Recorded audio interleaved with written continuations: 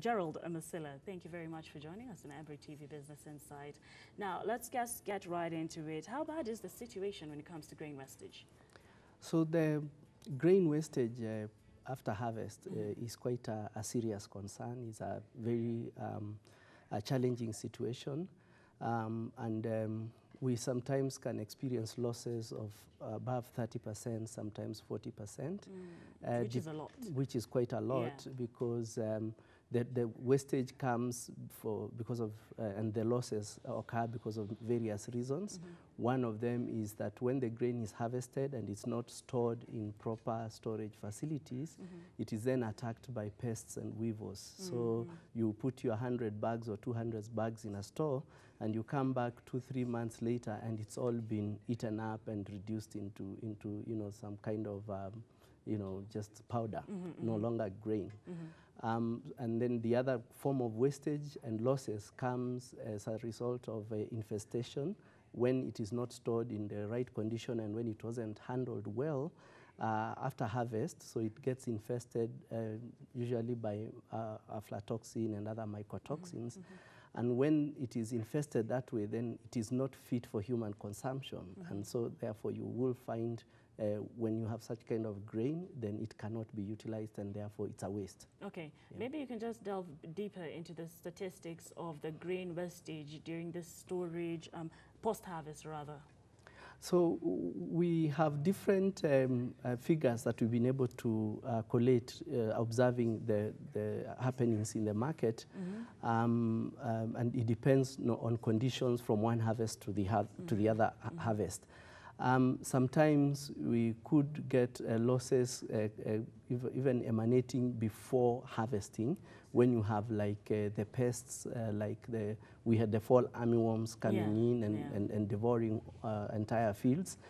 So that can mean even 80% or 100% loss still in the field. Then when you have harvested and you don't use the right equipment to do your shelling and the drying, then, like sometimes if you don't have the right equipment, you see farmers using logs to hammer, the maize off the cobs, and that breaks it. When it's broken to certain levels, then it becomes a wastage. And then it's also opened up for more infestation. So without using the right equipment to do the shelling and the handling after harvest and drying, then leads to losses. Even when the farmers spread the grain out in the sun on the roads to try to get it drying, dried up, also a lot of losses take place in that stage, all through even when you put it in storage. So if you are to even work with a figure of 30% loss, and you say like the number you've just shared about the 38 million bags that we harvest on a normal year in Kenya, and you lose 30% of that, is quite significant. Even if you are to say 1 million bags are lost, and you value that at 3,000 shillings a bag, you're talking 3 billion shillings lost post-harvest, and that is quite a significant amount of loss. And this effect, what does this effect mean specifically to a single farmer? Yes, this is cumulatively 38 million, and that's 30%. But breaking it down to the farmer.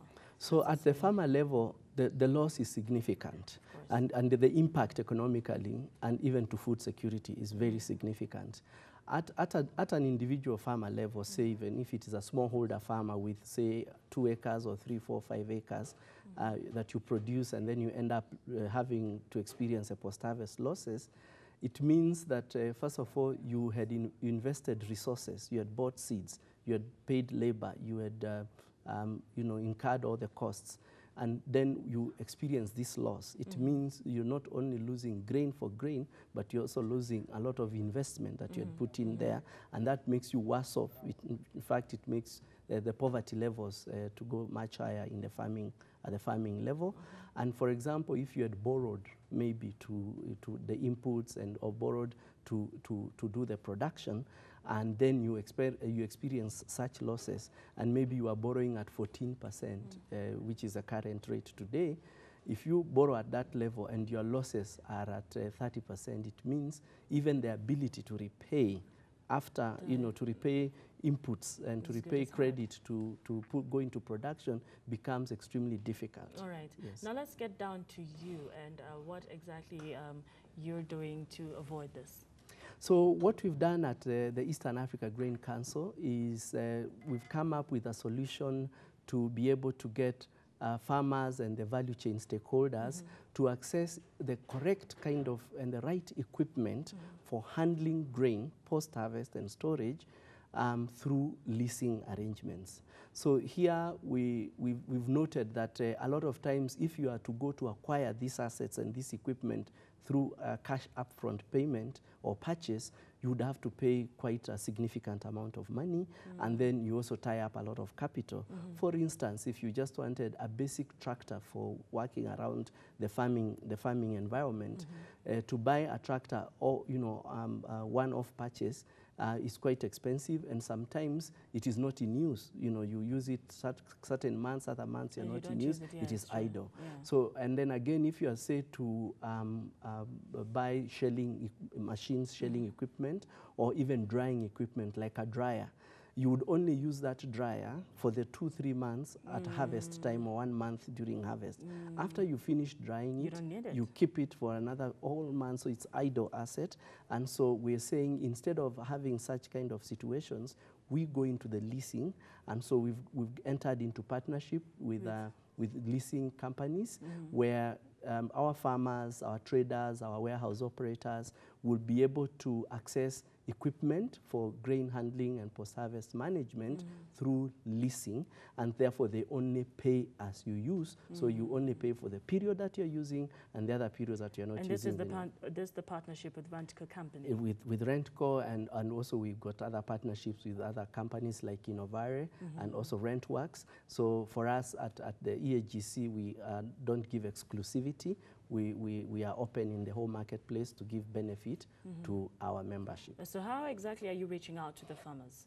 So we are reaching out to the farmers, first of all, through our membership network, because we have many farmer groups that are members of EAGC, that have subscribed to be members of EAGC, that have joined as a farmer group. Some of the members are a cooperative, others are a farmer-based organization that could be faith-based or could be a self-help group. Whatever formation, we encourage them to get into a farmer group, because we don't encourage a farmer who is a smallholder to act individually by themselves. They get together, they get into the power of numbers. And so when they get together as farmer groups, we encourage them to make community and village level aggregation centers where they're able to bring their produce together and bulk it into larger economical quantities.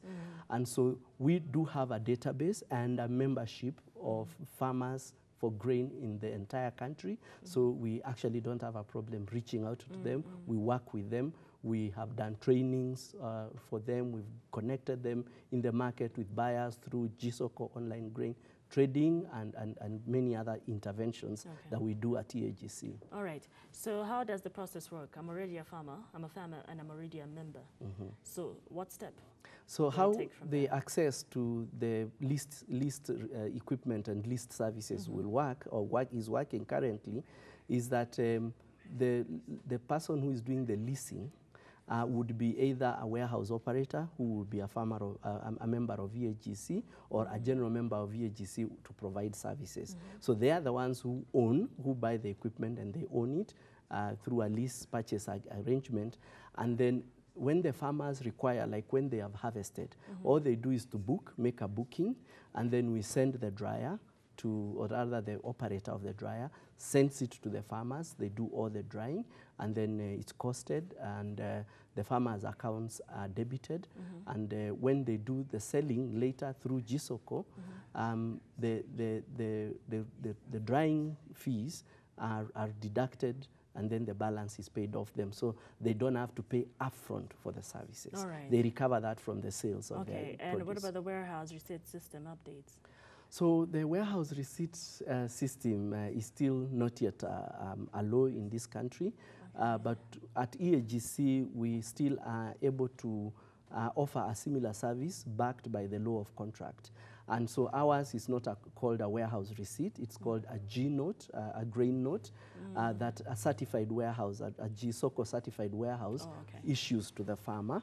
And then the relationship between the farmer and the warehouse is tied together through a contract. So we're working with the law of contract, but we're also encouraging and supporting the process ongoing in Parliament and with government to eventually come up with the warehouse receipt legislation, which will now make it universal. Because once the legislation is out, then it will be almost like a tender, whereby when you have a warehouse receipt from a registered warehouse that has got all the certification, then you can do, or you can trade it, you can transfer it, you can use it as security for a loan. So there will be many benefits coming when it is enacted finally. All right, and as you've said, there will be very many benefits with that. But with all this planned and all this put together, what is your end game? So our end game in these all interventions and processes that we are doing works directly at contributing to achieving His Excellency the President's goal of food security. Remember when His Excellency launched his 4 strong pillars in this term, there were 4 of them, and one of them was food security. So all the work that we are doing at EAGC is contributing to the achievement of food security, not only in Kenya, but in the entire Eastern Africa region where we work. And how is this going to happen?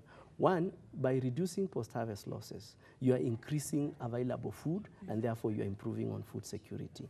2, when you reduce your transaction costs, cost of transport, cost of trade, warehousing, and all the various value chain activities, it means there will be more income available to the farmers, and it means, therefore, the pressure by farmers to ask for more money per bag will be less, and therefore it will mean that instead of clamoring for bigger prices or higher prices per bag, they will be able to make better returns at stabilized prices, and that means all of us as consumers stand to benefit when we have a value chain that is stabilized, that has got minimized transaction costs. It means, therefore, the price of unga can stabilize at something like 100 or 115 shillings a pack within the market system and without any government subsidy.